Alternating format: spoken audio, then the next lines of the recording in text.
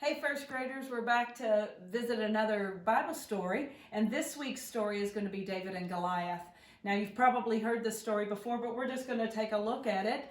And what happened is a long time ago, there was some bad, or an army known as the Philistines. And the Philistines had a very tall man, and his name was Goliath. Now, the Israelites were fighting against them, and they mostly were farmers, and so they didn't have a lot of weapons like the army would. So one day, David, who had three brothers in the army, he came to visit them because their father asked them to bring something. Now, we'll read later on that David does become a great king, but at this point he's just a small boy. So he comes to them, and he's talking with them, and then all of a sudden Goliath comes out to, who's going to fight me today?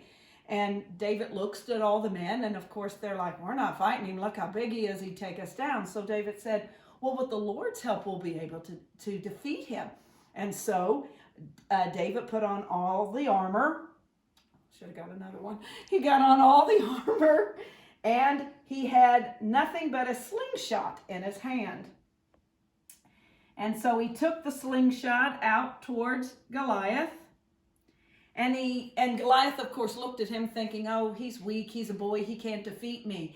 He didn't know that he had God behind him. So, of course, we know that David took the slingshot and whipped it around and threw it at Goliath and hit him in the head. And in doing that, he was able to kill Goliath.